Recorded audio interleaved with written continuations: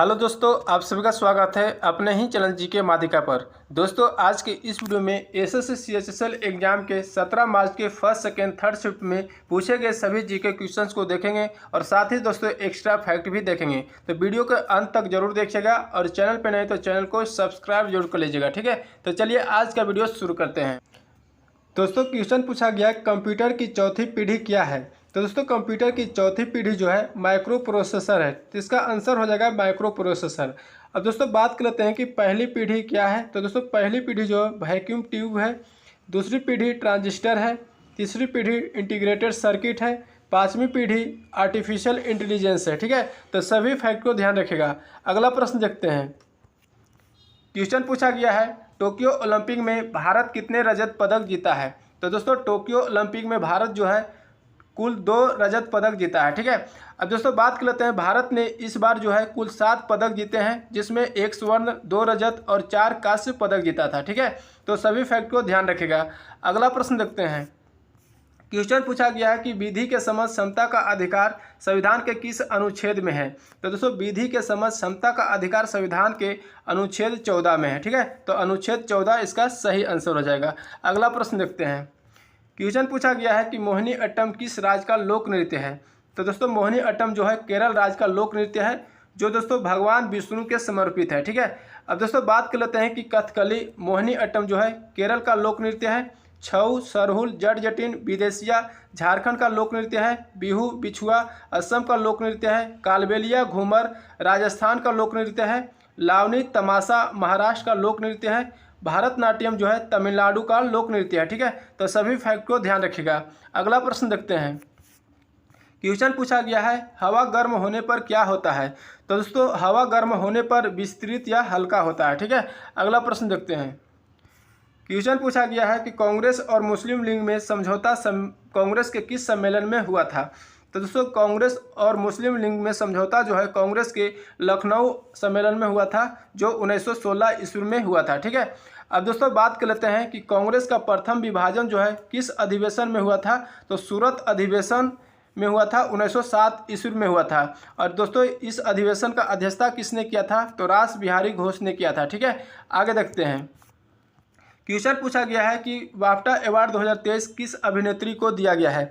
तो दोस्तों BAFTA award 2023 जो है केट ब्लैंचेट को दिया गया है, टार फिल्म के लिए दिया गया है, ठीक है। अब दोस्तों बात कर लेते हैं कि कौन सा फिल्म को दिया गया है। तो बाफ्टा अवार्ड 2023 जो फिल्म दिया गया है German film all Clyde on the western front को दिया गया है, ठीक है। बाफ्टा अवार्ड 2023 अभिनेता को दिया गया है, ऑस्टिन बटलर को दिया गया है, एल्विस फिल्म के लिए दिया गया है, ठीक है। तो सभी फैक्ट को ध्यान रखिएगा। अगला प्रश्न देखते हैं। क्वेश्चन पूछा गया है कि मनरेगा योजना के अंतर्गत कितने दिनों का काम मिलता है। तो दोस्तों मनरेगा योजना के अंतर्गत जो है 100 दिनों का काम मिलता है, ठीक है। तो इसका 100 दिन आंसर हो जाएगा। अगला प्रश्न देखते हैं। क्वेश्चन पूछा गया है कि आंगनबाड़ी किस मंत्रालय से संबंधित है। तो दोस्तों आंगनबाड़ी जो है महिला एवं बाल विकास मंत्रालय से संबंधित है, ठीक है। अगला प्रश्न देखते हैं। क्वेश्चन पूछा गया है कि ताप्ती नदी किस राज्य में सबसे अधिक बहती है। तो दोस्तों ताप्ती नदी जो है महाराष्ट्र राज्य में सबसे अधिक बहती है। अब दोस्तों बात कर लेते हैं कि ताप्ती नदी जो है मध्य प्रदेश राज्य के बैतूल जिलों में मुल्ताई से उत्पन्न होकर सतपुड़ा पर्वत प्रक्षेपों के मध्य से पश्चिम की ओर बहती है और महाराष्ट्र के खानदेश के पठार एवं सूरत के मैदान को पार करती है और गुजरात स्थित खंबात की खाड़ी यानी अरब सागर में गिरती है, ठीक है। तो सभी फैक्ट को ध्यान रखिएगा। अगला प्रश्न देखते हैं। क्वेश्चन पूछा गया है कि प्रधानमंत्री रोजगार योजना किस मंत्रालय से संबंधित है। तो दोस्तों प्रधानमंत्री रोजगार योजना जो है श्रम एवं रोजगार मंत्रालय से संबंधित है, ठीक है। तो इसका आंसर हो जाएगा श्रम एवं रोजगार मंत्रालय, ठीक है। अगला प्रश्न देखते हैं। क्वेश्चन पूछा गया है कि हर्षचरित पुस्तक के रचयिता कौन है। तो दोस्तों हर्षचरित पुस्तक की रचयिता जो है वानभट्ट है, ठीक है। तो इसका वानभट्ट आंसर हो जाएगा। अब दोस्तों बात कर लेते हैं कि कुमार संभवत, रघुवंशम, अभिज्ञान, शकुंतलम ये सभी दोस्तों कालिदास का पुस्तक है। राजतरंगिणी कल्हन का पुस्तक है, ठीक है। कल्हन द्वारा लिखा गया है। चित्रांगदा गीतांजलि रविंद्रनाथ टैगोर द्वारा लिखा गया पुस्तक है, ठीक है। तो सभी फैक्ट को ध्यान रखिएगा। अगला प्रश्न देखते हैं। क्वेश्चन पूछा गया है कि सिग्नल को ऑडियो में कौन परिवर्तित करता है। तो दोस्तों सिग्नल को ऑडियो में परिवर्तित कौन करता है। मॉडेम करता है, ठीक है। तो मॉडेम इसका आंसर हो जाएगा। अगला प्रश्न देखते हैं। क्वेश्चन पूछा गया है कि कुमायूं हिमालय किन नदियों के बीच स्थित है? तो दोस्तों कुमायूं हिमालय जो है सतलज नदी और काली नदी के बीच स्थित है। ठीक है। अब दोस्तों बात कर लेते हैं कि पंजाब या कश्मीर जो हिमालय जो है किस नदी के बीच स्थित है? तो सिंधु नदी और सतलज नदी के बीच स्थित है। नेपाल हिमालय काली नदी एवं तीस्ता नदी के बीच स्थित है। असम हिमालय जो है तीस्ता नदी एवं दिहांग नदी के बीच स्थित है। ठीक है। तो सभी फैक्ट को ध्यान रखिएगा। अगला प्रश्न देखते हैं।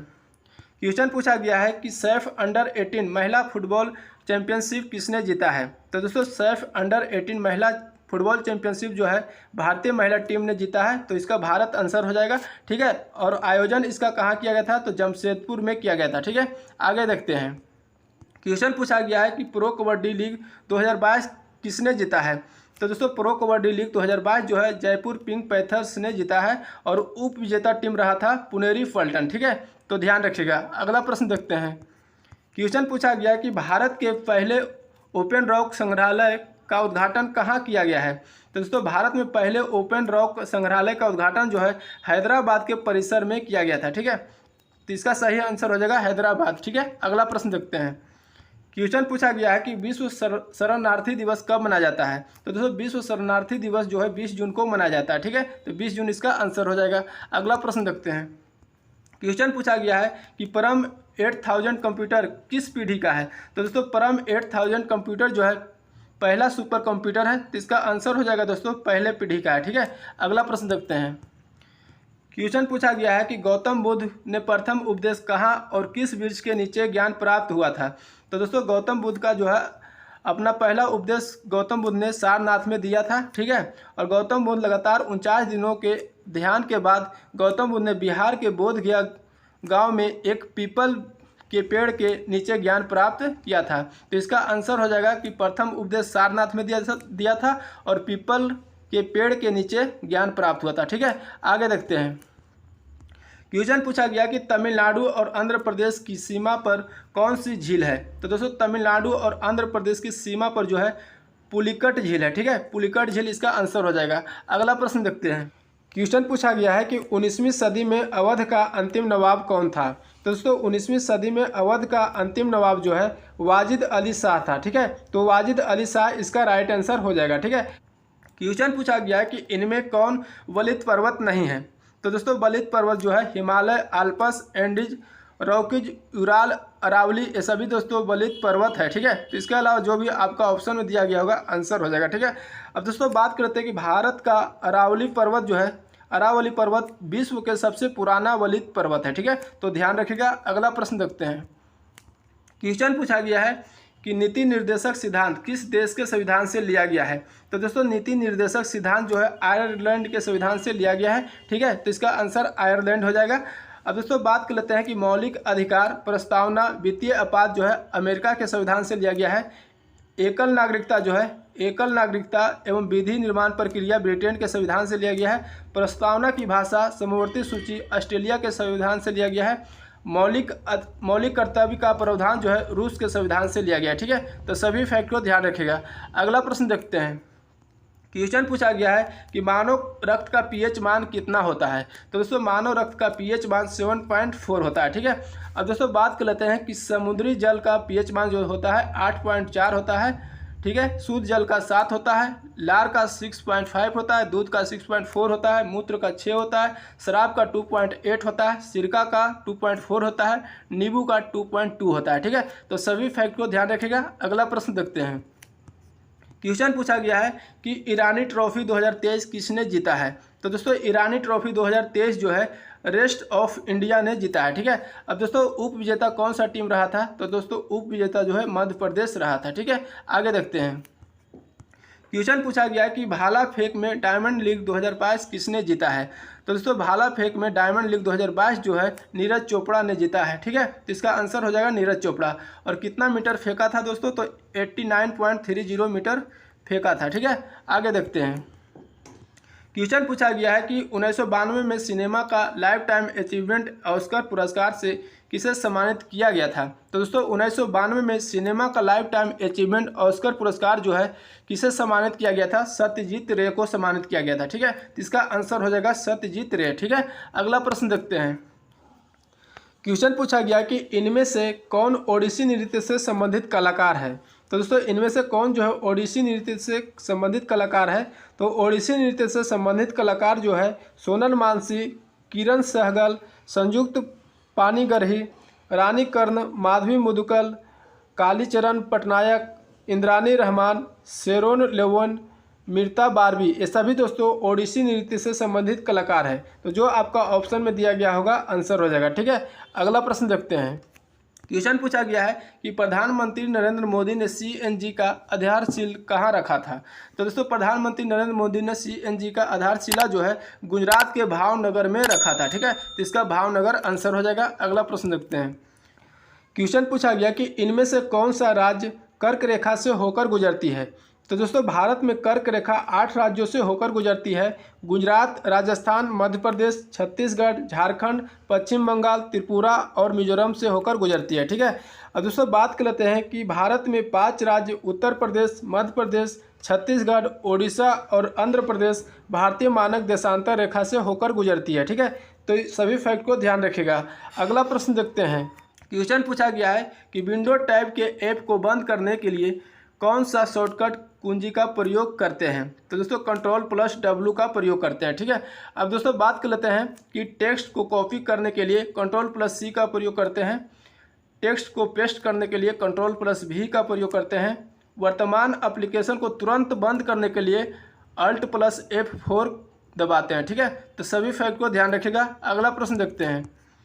क्वेश्चन पूछा गया है कि कोंकणी, मणिपुरी और नेपाली भाषा भारतीय संविधान के किस अनुसूची में है। तो दोस्तों कोंकणी, मणिपुरी और नेपाली भाषा जो है भारतीय संविधान के 8वीं अनुसूची में है। ठीक है, तो इसका आंसर हो जाएगा 8वीं अनुसूची। अब दोस्तों बात करते हैं कि 8वीं अनुसूची में 22 भाषाओं का उल्लेख किया गया है। मूल रूप से 8वीं अनुसूची में 14 भाषाएँ थीं।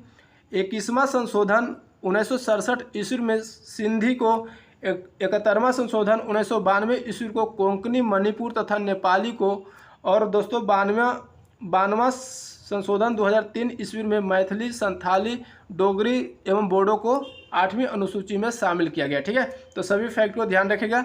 अगला प्रश्न देखते हैं। क्वेश्चन पूछा गया है कि कलम का सिपाही किस लेखक को कहा जाता है। तो दोस्तों कलम की सिपाही जो है प्रेमचंद को कहा जाता है। ठीक है, अब दोस्तों बात कर लेते हैं कि कलम का जादूगर किसे कहा जाता है। तो रामवृक्ष बेनुपुरी को कहा जाता है। ठीक है, तो ध्यान रखिएगा। अगला प्रश्न देखते हैं। क्वेश्चन पूछा गया है कि इनमें से कौन कथन सही है। तो दोस्तों कौन सा कथन सही है। एक में दिया गया था मनप्रीत सिंह जो बॉक्सिंग से दिया गया था, बॉक्सिंग से संबंधित, और नीरज चोपड़ा जेवलिन से दिया गया है। तो दोस्तों इसका आंसर सही हो जाएगा, क्योंकि दोस्तों मनप्रीत सिंह जो है बॉक्सिंग से संबंधित नहीं है, ये दोस्तों हॉकी खेल से है। ठीक है, हॉकी से है, तो ये गलत हो गया। और नीरज चोपड़ा जो है जेवलिन यानी भाला फेंक से संबंध है, तो ये सही हो गया। ठीक है, तो 2 इसका राइट आंसर हो जाएगा। अगला प्रश्न देखते हैं। क्वेश्चन पूछा गया है कि भारत का आखिरी पश्चिमी छोर कौन सा है। तो दोस्तों भारत का आखिरी पश्चिमी छोर कौन सा है क्वेश्चन पूछ रहा है। ठीक है, तो भारत में सबसे दक्षिण बिंदु इंदिरा पॉइंट है, यह निकोबार द्वीप समूह में स्थित है। भारत का सबसे उत्तरी बिंदु इंदिरा कौल है जो जम्मू कश्मीर राज्य में है। पश्चिमी बिंदु सरक्रिय है जो गुजरात में है, और पूर्वी बिंदु बलांगू जो अरुणाचल प्रदेश में है। ठीक है, तो क्वेश्चन पूछ रहा आखिरी पश्चिमी छोर, तो आखिरी पश्चिमी छोर जो दोस्तों सरक्रिय हो जाएगा। ठीक है, अगला प्रश्न देखते हैं। क्वेश्चन पूछा गया है कि कौन सा तट पश्चिमी तट का हिस्सा नहीं है। तो दोस्तों कौन सा तट जो है पश्चिमी तट का हिस्सा नहीं है। तो कोरोमंडल तट जो है पश्चिमी तट का हिस्सा नहीं है, ऑप्शन में दिया गया था। ठीक है, तो ये आंसर हो जाएगा। ठीक है, आगे देखते हैं। क्वेश्चन पूछा गया है कि मकर संक्रांति कितने दिनों का मनाया जाता है। तो दोस्तों मकर संक्रांति जो है 1 दिनों का मनाया जाता है, तो 1 दिन इसका आंसर हो जाएगा। अब दोस्तों बात कर लेते हैं कि मकर संक्रांति जो भारत के प्रमुख पर्वों में से एक है। यह पौष मास के जिस दिन सूर्य मकर राशि में प्रवेश करता है उसी दिन इस पर्व को मनाया जाता है। ठीक है, तो इसका आंसर हो जाएगा 1 दिन, और बाकी फैक्ट को ध्यान रखिएगा। ठीक है, आगे देखते हैं। क्वेश्चन पूछा गया कि कैंसर के उपचार में किसका उपयोग होता है। तो दोस्तों कैंसर के उपचार में कोबाल्ट-60 का उपयोग होता है। ठीक है, तो इसका आंसर हो जाएगा कोबाल्ट-60। ठीक है, अगला प्रश्न देखते हैं। क्वेश्चन पूछा गया है कि नेक्सा आईफा अवार्ड 2022 किस अभिनेत्री को दिया गया है। तो दोस्तों नेक्सा आईफा अवार्ड 2022 जो है कृति सेनन को दिया गया है मिमी फिल्म के लिए। ठीक है, अगला प्रश्न देखते हैं। क्वेश्चन पूछा गया है कि भारत का तोता किसे कहा जाता है। तो दोस्तों भारत का तोता किसे कहा जाता है, तो भारतीय उपमहाद्वीप के सबसे महान फारसी भाषा के कवि माने जाने वाले अमीर खुसरो को भारत का तोता कहा जाता है। तो इसका आंसर हो जाएगा अमीर खुसरो। ठीक है, अगला प्रश्न देखते हैं। क्वेश्चन पूछा गया है कि खेलो इंडिया यूथ गेम्स महाराष्ट्र के कितने स्वर्ण पदक जीता है। तो दोस्तों महाराष्ट्र ने कितने स्वर्ण पदक जीता है, 56 स्वर्ण पदक जीता है। ठीक है, अब दोस्तों बात कर लेते हैं कि महाराष्ट्र ने 56 स्वर्ण पदक के साथ कुल 161 पदक जीता है। यह मध्य प्रदेश के 8 शहरों में आयोजित किया गया था। ठीक है, तो ध्यान रखिएगा सभी फैक्ट को। आगे देखते हैं। क्वेश्चन पूछा गया है कि भारत की प्रथम महिला फाइटर पायलट कौन है। तो दोस्तों भारत की प्रथम महिला फाइटर पायलट जो है अवनी चतुर्वेदी है। ठीक है, तो इसका आंसर हो जाएगा अवनी चतुर्वेदी। अगला प्रश्न देखते हैं।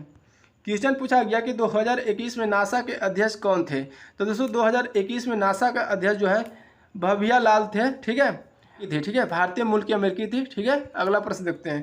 क्वेश्चन पूछा गया कि डोमिनियन ऑफ इंडिया और डोमिनियन ऑफ पाकिस्तान किस एक्ट के तहत था। तो दोस्तों इंडिपेंडेंस ऑफ इंडिया एक्ट के तहत हुआ था। ठीक है, तो इसका आंसर हो जाएगा इंडिपेंडेंस ऑफ इंडिया एक्ट। अगला प्रश्न देखते हैं। क्वेश्चन पूछा गया कि सेबी का अध्यक्ष कौन है। तो दोस्तों सेबी के अध्यक्ष जो है वर्तमान में माधवी पुरी बुच है। ठीक है, अब दोस्तों बात कर लेते हैं कि सेबी की स्थापना कब किया गया था। तो 12 अप्रैल 1988 ईस्वी को किया गया था और इसका मुख्यालय मुंबई में है। ठीक है, तो सभी फैक्ट को ध्यान रखेगा। अगला प्रश्न देखते हैं। क्वेश्चन पूछा गया है कि विश्व टेस्ट चैंपियनशिप के फाइनल में भारत किससे हारा था। तो दोस्तों भारत जो है न्यूजीलैंड से हारा था। ठीक है, तो विश्व टेस्ट चैंपियनशिप जो फाइनल जीता था न्यूजीलैंड और भारत हारा था। ठीक है, अगला प्रश्न देखते हैं। क्वेश्चन पूछा गया है कि बिरजू महाराज किस नृत्य शैली से संबंधित है। तो दोस्तों बिरजू महाराज जो है कथक शास्त्रीय नृत्य शैली से संबंधित है। अब दोस्तों बात कर लेते हैं लच्छू महाराज, शोभना नारायण, बिंदादीन महाराज, ये सभी दोस्तों कथक से संबंधित है। ठीक है, आगे देखते हैं। क्वेश्चन पूछा गया कि 281 एंड बियॉन्ड पुस्तक किसने लिखी है। तो दोस्तों 281 एंड बियॉन्ड पुस्तक जो है बीबीएस लक्ष्मण ने लिखी है। ठीक है, तो इसका आंसर हो जाएगा बीबीएस लक्ष्मण। अब दोस्तों बात कर लेते हैं कि प्लेइंग इट माई वे किसकी आत्मकथा है। तो सचिन तेंदुलकर की है। ठीक है, the test of my life पुस्तक का लेखक कौन है। तो युवराज सिंह है। ठीक है, तो सभी फैक्ट को ध्यान रखिएगा। अगला प्रश्न देखते हैं। क्वेश्चन पूछा गया है कि सीपीयू में क्या नहीं होता है। तो ऑप्शन में दिया गया था एएलयू आउटपुट प्रोसेसिंग। तो दोस्तों सीपीयू कंप्यूटर का महत्वपूर्ण भाग है जिसे प्रोसेसर, माइक्रो प्रोसेसर और केवल सीपीयू भी कहते हैं। सीपीयू कंप्यूटर से जुड़े सभी हार्डवेयर, सॉफ्टवेयर, यूजर्स तथा इनपुट डिवाइसों से प्राप्त डेटा एवं निर्देशों को संभालता है और उसे प्रोसेस करके परिणाम देता है। ऑपरेटिंग सिस्टम एवं अन्य प्रोग्राम का संचालन भी करता है। ठीक है, आगे देखते हैं। तो दोस्तों आज के वीडियो यहीं तक रहने देते हैं, फिर मिलेंगे अगले वीडियो में। अगर वीडियो अच्छा लगा तो लाइक करिएगा, चैनल पे नहीं तो चैनल को सब्सक्राइब करके बेल आइकन जरूर दबा लीजिएगा। और दोस्तों इसका पीडीएफ जो है टेलीग्राम चैनल पर आपको मिलेगा, इसलिए टेलीग्राम चैनल से जरूर ज्वाइन हो जाइए। टेलीग्राम चैनल का लिंक जो है इसी वीडियो के डिस्क्रिप्शन बॉक्स में दे देंगे। ठीक है।